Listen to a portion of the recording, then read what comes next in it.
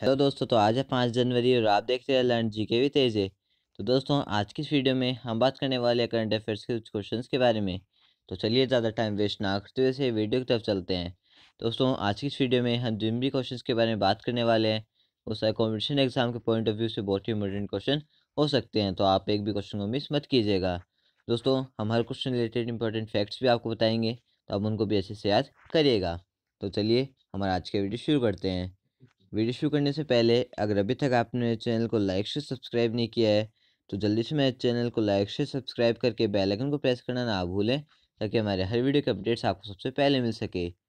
तो चलिए हमारा आज का वीडियो शुरू करते हैं। हमारा फर्स्ट क्वेश्चन है, किस राज्य को 6 महीने की आगे की अवधि के लिए सशस्त्र बल अधिनियम 1958 के तहत अशांत क्षेत्र घोषित किया गया है? तो दोस्तों, अभी नागालैंड को 6 महीने की आगे की अवधि के लिए सशस्त्र बल अधिनियम 1958 के तहत अशांत क्षेत्र घोषित किया गया है। तो हमारा ए ऑप्शन सही है। तो चलिए दोस्तों, इसके बारे में कुछ पॉइंट जानते हैं। दोस्तों, विवादास्पद AFSPA के तहत नागालैंड के पूरे राज्य को 6 महीने तक अशांत क्षेत्र घोषित किया गया है, जो सुरक्षा बलों को कहीं भी संचालन करने और बिना किसी पूर्व सूचना के किसी को भी गिरफ्तार करने का अधिकार देता है। AFSPA नागालैंड में दशकों से लागू है। तो चलिए दोस्तों, हमारे नेक्स्ट क्वेश्चन में बढ़ते हैं। हमारा नेक्स्ट क्वेश्चन है, विश्व के सबसे लोकप्रिय नेता कौन बने हैं? तो दोस्तों, अभी इंडिया के PM श्री नरेंद्र मोदी विश्व के सबसे लोकप्रिय नेता बने हैं। तो हमारा ए ऑप्शन सही है। तो चलिए दोस्तों, इसके बारे में कुछ पॉइंट जानते हैं। दोस्तों, प्रधानमंत्री श्री नरेंद्र मोदी को अमेरिका की एक शोध कंपनी ने सर्वाधिक लोकप्रिय शासनाध्यक्ष बताया है। शोध कंपनी मॉर्निंग कंसल्ट के अनुसार 75% से अधिक लोगों ने श्री मोदी के सर्वाधिक लोकप्रिय होने का अनुमोदन किया, जबकि 20% लोगों ने इसे नकार दिया। श्री मोदी को कुल मिलाकर 55% लोगों ने सर्वाधिक लोकप्रिय शासनाध्यक्ष माना। यह विश्व के किसी अन्य नेता की रेटिंग से अधिक है।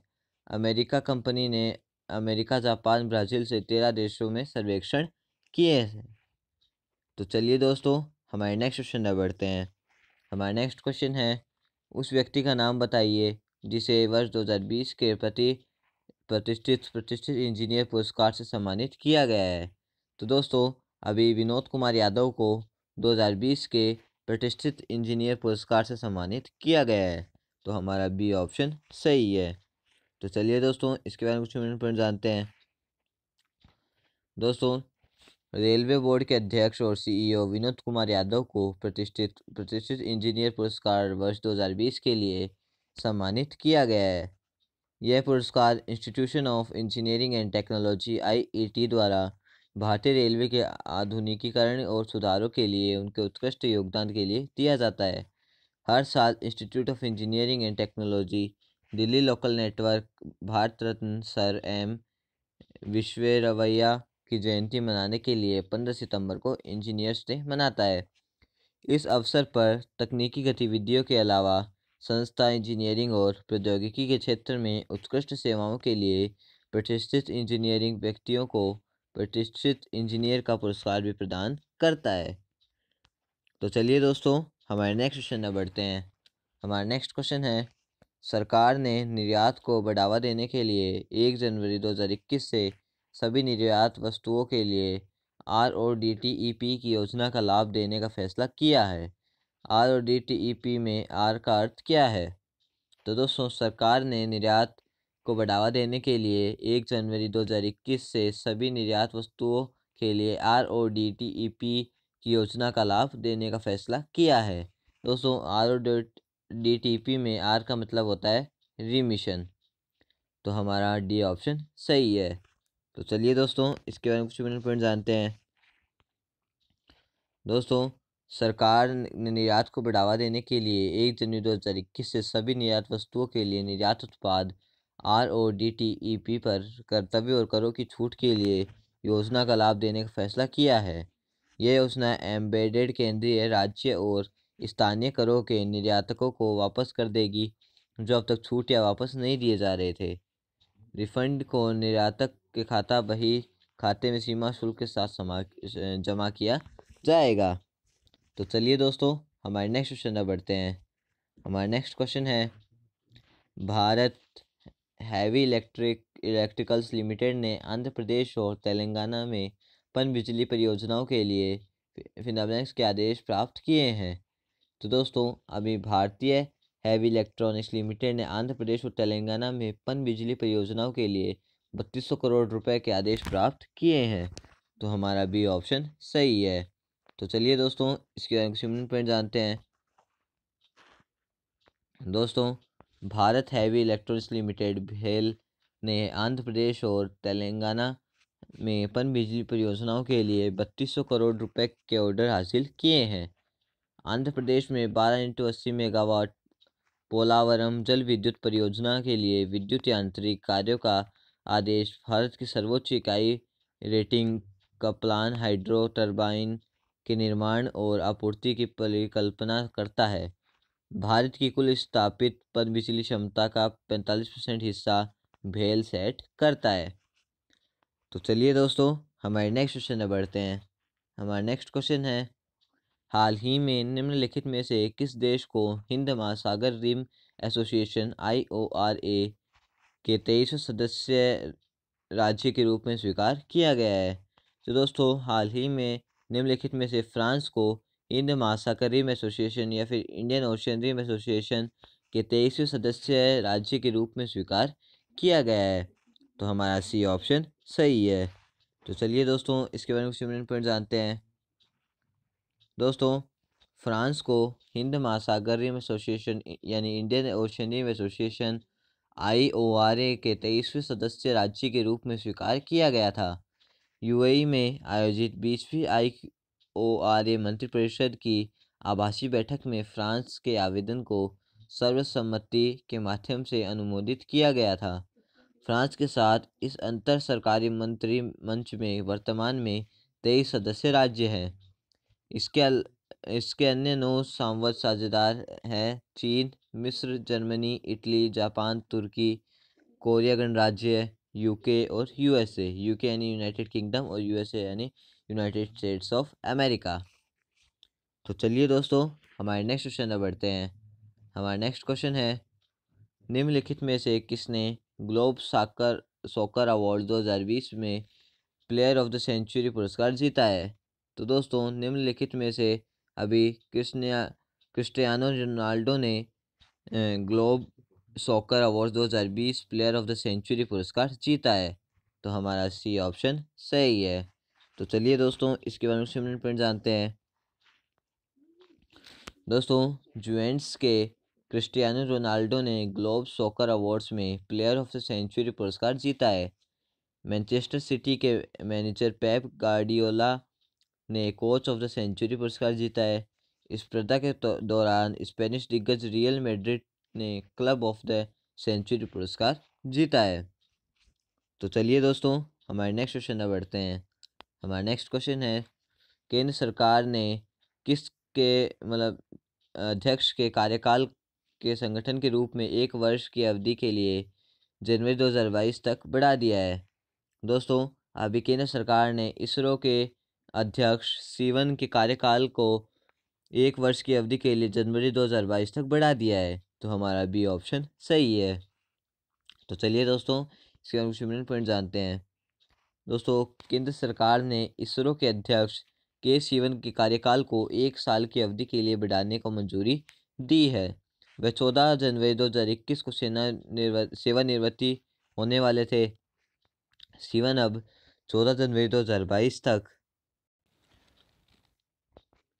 इसरो के अध्यक्ष और सचिव के रूप में जारी रहेंगे। वे 1982 में इसरो में शामिल हुए। जनवरी 2018 से अंतरिक्ष एजेंसी के अध्यक्ष बने थे। इसरो प्रमुख को aerospace engineering, space transportation system engineering, launch वाहनों, मिशन सिमुलेशन सॉफ्टवेयर डिज़ाइन और अंतरिक्ष कार्यक्रमों के से संबंधित कई अन्य कार्यों में आसन ज्ञान है। वह 6D प्रक्षेपवक्र सिमुलेशन सॉफ्टवेयर का मुख्य वास्तुकार भी है। सितारा, जो अंतरिक्ष एजेंसी में विकसित सभी वाहनों के वास्तविक समय और गैर वास्तविक समय प्रक्षेपवक सिमुलेशन की नींव है। दोस्तों इंडिया जो है वो इंडिया मतलब इसरो जो है वो इंडिया की स्पेस एजेंसी है। तो दोस्तों इसरो की फुल फॉर्म क्या होती है? Indian Space Research Organisation. दोस्तों इसके अध्यक्ष के बारे में हमने अभी जाना है, कौन है? के सिवन। दोस्तों अमेरिका की स्पेस एजेंसी कौन सी है? नासा। नासा की फुल फॉर्म क्या होती है? National aeronautics and space administration. दोस्तों अमेरिका की एक प्राइवेट स्पेस एजेंसी भी है, कौन सी? स्पेस एक्स के जो सीईओ या फाउंडर कौन है? Elon Musk. तो चलिए दोस्तों हमारे नेक्स्ट क्वेश्चन में बढ़ते हैं। हमारा नेक्स्ट क्वेश्चन है, हाल ही में संयुक्त राष्ट्र विकास कार्यक्रम यूएनडीपी भारत और फिनलैंड ने भारत के पहले social impact brand bond SIB को लॉन्च करने के लिए सहयोग किया है।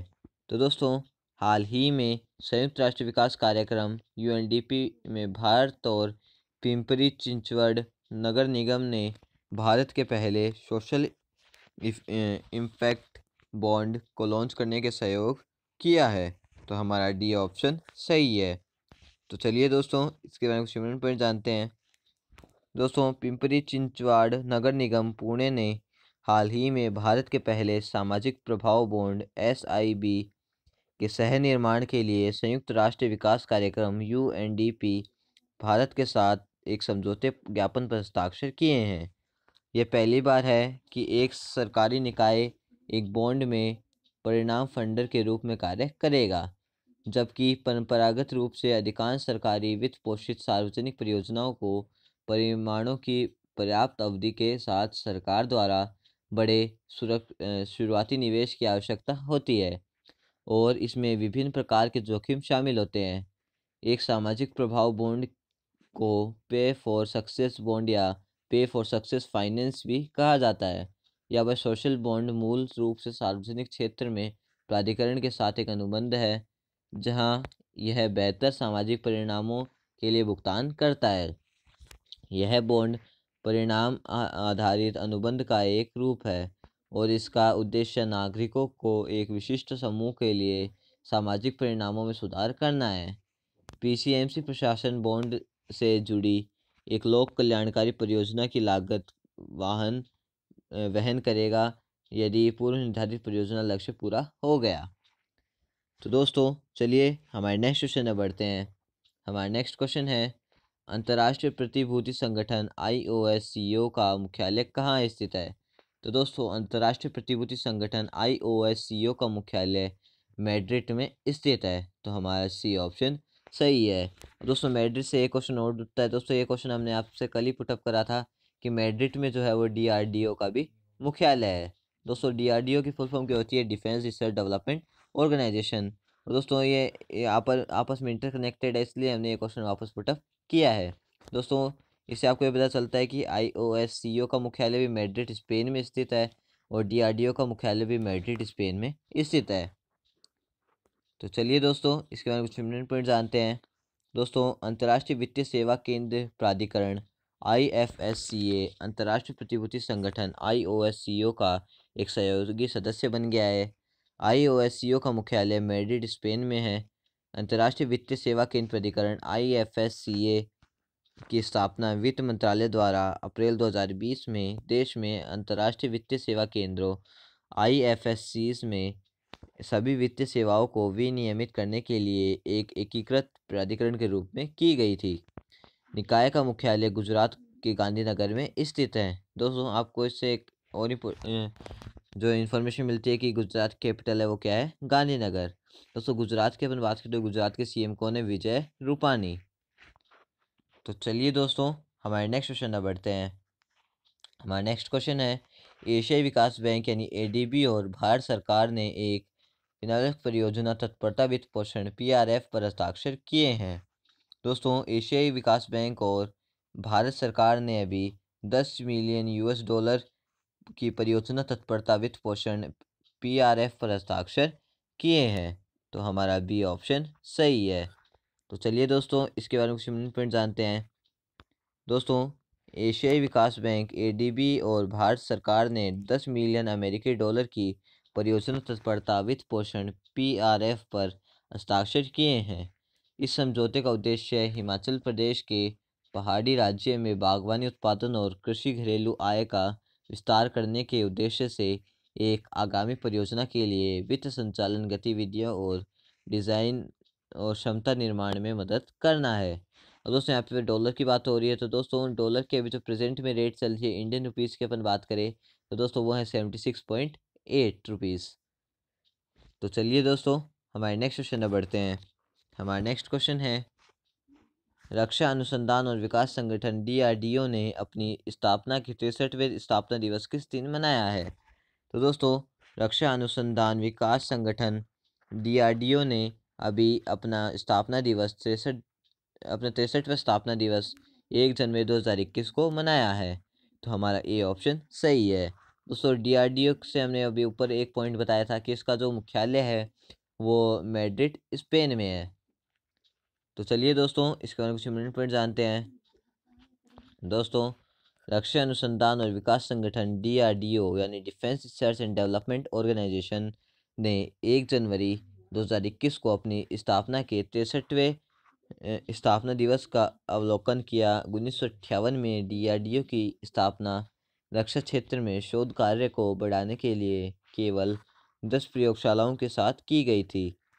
उस समय इसे भारतीय सशस्त्र बलों के लिए अत्याधुनिक रक्षा तकनीकों को डिज़ाइन करने और विकसित करने का काम सौंपा गया था। अब तक DRDO कई अत्याधुनिक सैन्य प्रौद्योगिकी क्षेत्रों में काम कर रहा है, जिसमें वैमानिकी, आयुध, लड़ाकू वाहन, electronics, instrumentation, engineering system, missile सामग्री, नौसेना प्रणाली, उन्नत कंप्यूटिंग, सिमुलेशन, साइबर जीवन दर्शक और अन्य प्रौद्योगिकियाँ शामिल है। दोस्तों ये बचाव के लिए किया जा रहा है। तो चलिए दोस्तों हमारे नेक्स्ट क्वेश्चन पर बढ़ते हैं। हमारा नेक्स्ट क्वेश्चन है, निम्नलिखित में से किसे steel authority of India limited SAIL के नए अध्यक्ष के रूप में नियुक्त किया गया है? तो दोस्तों अभी सोमा मंडल को steel authority of India limited SAIL के नए अध्यक्ष के रूप में नियुक्त किया गया है। तो हमारा सी ऑप्शन सही है। तो चलिए दोस्तों इसके बारे में पॉइंट जानते हैं। दोस्तों अभी सोमा मंडल ने 1 जनवरी 2021 को steel authority of India limited SAIL के नए अध्यक्ष के रूप में पदभार संभाला है। वह जो लेडीज़ की जो पहली महिला प्रमुख है वह अनिल कुमार चौधरी की जगह लेती है, जो 31 दिसंबर 2020 को सुपर न्यूज़ किया गया था में निदेशक वाणिज्यिक के रूप में सेल में शामिल हो गए थे। National institute of technology Rourkela से इलेक्ट्रिकल इंजीनियरिंग में 1984 स्नातक मंडल ने नालके NSC में स्नातक इंजीनियरिंग प्रशिक्षु के रूप में अपना करियर शुरू किया और नालको के निदेशक वाणिज्यिक बन गए हैं। तो चलिए दोस्तों हमारे नेक्स्ट क्वेश्चन बढ़ते हैं। हमारा नेक्स्ट क्वेश्चन है, RBI 7 जनवरी 2021 को प्रत्येक के लिए कितने करोड़ के लिए खुले बाजार संचालन OMO के तहत सरकारी प्रतिभूतियों की खरीद और बिक्री का आयोजन करेगा? तो दोस्तों RBI 7 जनवरी 2021 को 10,000 करोड़ के लिए खुले बाजार संचालन OMO के तहत सरकारी प्रतिभूतियों की खरीद और बिक्री का आयोजन करेगा। तो हमारा सी ऑप्शन सही है। तो चलिए दोस्तों इसके बारे में कुछ पॉइंट जानते हैं। दोस्तों RBI 7 जनवरी 2021 को प्रत्येक के लिए 10,000 करोड़ रुपए के लिए खुले बाजार परिचालन OMO के तहत सरकारी प्रतिभूतियों की खरीद और बिक्री का आयोजन करेगा। वर्तमान तरलता और वित्तीय स्थितियों की समीक्षा के बाद यह निर्णय लिया गया। योग्य प्रतिभागियों को 7 जनवरी 2021 को RBI के कोर बैंकिंग समाधान कुबेर प्रणाली पर इलेक्ट्रॉनिक प्रारूप से अपनी बोलियां प्रस्तुत करनी चाहिए। अब दोस्तों यहाँ पे RBI की बात हो रही है। RBI के बारे में दोस्तों मैंने पहले भी बहुत सारे इंपॉर्टेंट पॉइंट बताए हैं, तो दोस्तों वो भी आप वीडियो जाके देख लीजिएगा। और दोस्तों अभी बता देता हूँ कि RBI की जो मुख्यालय है वो है मुंबई महाराष्ट्र में स्थित। इसके जो प्रेजेंट टाइम पे गवर्नर है वो है शक्तिकांत दास। दोस्तों RBI की जो फुल फॉर्म होती है रिजर्व बैंक ऑफ इंडिया यानी भारतीय रिजर्व बैंक। तो चलिए दोस्तों हमारे नेक्स्ट क्वेश्चन में बढ़ते हैं। हमारा नेक्स्ट क्वेश्चन है, हाल ही में रेलवे बोर्ड के नए अध्यक्ष और सीईओ के रूप में निम्नलिखित में से किसे नियुक्त किया गया है? तो दोस्तों, अभी सुनीत शर्मा को रेलवे बोर्ड के नए अध्यक्ष और सीईओ के रूप में नियुक्त किया गया है। तो हमारा सी ऑप्शन सही है। तो चलिए दोस्तों, इसके बारे में कुछ इम्पोर्टेंट जानते हैं। दोस्तों, कैबिनेट की नियुक्ति समिति ने सुनीत शर्मा को रेलवे बोर्ड के अध्यक्ष, सीईओ, रेल मंत्रालय और भारत सरकार के पदेन प्रमुख सचिव के रूप में नियुक्त किया है। उन्होंने 1 जनवरी 2021 से अपनी नई भूमिका निभाई है। शर्मा के पूर्ववर्ती विनोद कुमार यादव, जो पुनर्गठन बोर्ड के पहले सीईओ भी बने हैं, का विस्तारित 1 वर्षीय कार्यकाल 31 दिसंबर 2020 को समाप्त हो गया है। इससे पहले सुनीत शर्मा को पूर्व रेलवे के महाप्रबंधक के रूप में काम किया गया है। सुनीत शर्मा 1979 में एक विशेष श्रेणी के प्रशिक्षु के रूप में भारतीय रेलवे में शामिल हुए। जब वे आईआईटी कानपुर में इंजीनियरिंग की पढ़ाई कर रहे थे, मैकेनिकल और इलेक्ट्रिकल इंजीनियरिंग में स्नातक, उनके पास विभिन्न क्षमताओं के में भारतीय रेलवे में 40 से अधिक वर्षों का अनुभव है। उन्होंने ऑपरेशनल वर्किंग, मेंटेनेंस इन शेड्स, डिपो और वर्कशॉप में स्टेट किया है। तो दोस्तों, ये इंपॉर्टेंट पॉइंट है कुछ। दोस्तों, हम हर क्वेश्चन से रिलेटेड आपको इंपॉर्टेंट फैक्ट्स बताते हैं। दोस्तों, आई होप कि पूरे यूट्यूब पे आपको इतने डिटेल में कोई एक्सप्लेनेशन नहीं देता होगा। तो दोस्तों, अगर अभी तक आपने चैनल को लाइक से सब्सक्राइब नहीं किया है, तो जल्दी से मेरे चैनल को लाइक से सब्सक्राइब करके बेल आइकन को प्रेस करना ना भूलें, ताकि हमारे हर वीडियो के अपडेट्स आपको सबसे पहले मिल सके। तो चलिए हमारे नेक्स्ट क्वेश्चन बढ़ते हैं। हमारा नेक्स्ट क्वेश्चन है, शांतनु महापात्र का हाल ही में निधन हो गया है, वह महान फिंगर ब्लैंक से। तो दोस्तों, शांतनु महापात्र का हाल ही में निधन हो गया है, वह एक महान संगीतकार थे। तो हमारा ए ऑप्शन सही है। तो चलिए दोस्तों, इसके बारे में कुछ इम्पोर्टेंट जानते हैं। दोस्तों, प्रसिद्ध ओडिया संगीतकार शांतनु महापात्र का निधन हो गया है। वह लता मंगेशकर, मन्ना डे और एमडी रफ़ी जैसे दिग्गजों के साथ काम करने वाले पहले ओडिया संगीतकार थे, और हिंदी, बंगाली, असमिया और तेलुगु फिल्म उद्योगों में भी काम करने वाले पहले ओडिया संगीतकार थे। दोस्तों, मोहपात्रा ने सैकड़ों दशक के करियर में 3 ओडिया फिल्मी गानों और जात्रा ओपेरा शो के लिए संगीत तैयार किया है। ओडिशा खनन निगम के निदेशक के रूप में सेवानिवृत्त हुए महापात्र को ओडिशा संगीत में उनके योगदान के लिए ओडिशा फिल्म क्रिटिक अवार्ड सहित कई पुरस्कार मिले हैं। तो चलिए दोस्तों, हमारे नेक्स्ट क्वेश्चन बढ़ते हैं। हमारा नेक्स्ट क्वेश्चन है, किस राज्य में किसान फसल राहत योजना शुरू की गई है? तो दोस्तों, अभी झारखंड में किसान फसल राहत योजना शुरू की गई है। तो हमारा बी ऑप्शन सही है। तो चलिए दोस्तों, इसके बारे में कुछ इम्पोर्टेंट जानते हैं। दोस्तों, ये अपनी फसल राहत योजना, किसान फसल राहत योजना शुरू की है। तो चलिए दोस्तों, हमारे नेक्स्ट क्वेश्चन बढ़ते हैं। हमारा नेक्स्ट क्वेश्चन है, किस राज्य ने 2 हेलीकॉप्टर को डजुको घाटी में जंगल की आग से लड़ने के लिए तैनात किया है? तो दोस्तों, अभी मणिपुर राज्य ने 2 हेलीकॉप्टर को डजुको घाटी में जंगल की आग से लड़ने के लिए तैनात किया है। तो हमारा सी ऑप्शन सही है। तो चलिए दोस्तों, इसके बारे में कुछ पॉइंट जानते हैं। दोस्तों, मणिपुर सरकार ने नागालैंड मणिपुर सीमा पर स्थित डजुकू घाटी में उग्र जंगल की आग को बुझाने में दमकल कर्मियों और स्थानीय स्वयंसेवकों की मदद के लिए सेवा 2 हेलीकॉप्टरों में दबाव डाला है। तो चलिए दोस्तों, हमारे नेक्स्ट क्वेश्चन बढ़ते हैं। हमारा नेक्स्ट क्वेश्चन है, कौन IOSCO का सदस्य बना है? तो दोस्तों, अभी IFSCA IOSCO का सदस्य बना है। तो हमारा बी ऑप्शन सही है। तो चलिए दोस्तों, इसके बारे में कुछ पॉइंट जानते हैं। दोस्तों, अंतर्राष्ट्रीय वित्तीय सेवा केंद्र प्राधिकरण IFSCA वैश्विक लॉबी समूह IOSCO का सहयोगी सदस्य बना है। दोस्तों, हमने IOSCO के बारे में ऊपर एक इम्पोर्टेंट पॉइंट जाना है। दोस्तों, IOSCO का जो मुख्यालय है वो कहाँ स्थित है? मैड्रिड, स्पेन में। और दोस्तों, इससे कनेक्ट होने वाला हमने एक और क्वेश्चन एक और पॉइंट पुट अप करा था कि जो DRDO है उसका भी मुख्यालय कहाँ है? मैड्रिड, स्पेन में। तो चलिए दोस्तों, हमारे नेक्स्ट और लास्ट क्वेश्चन बढ़ते हैं।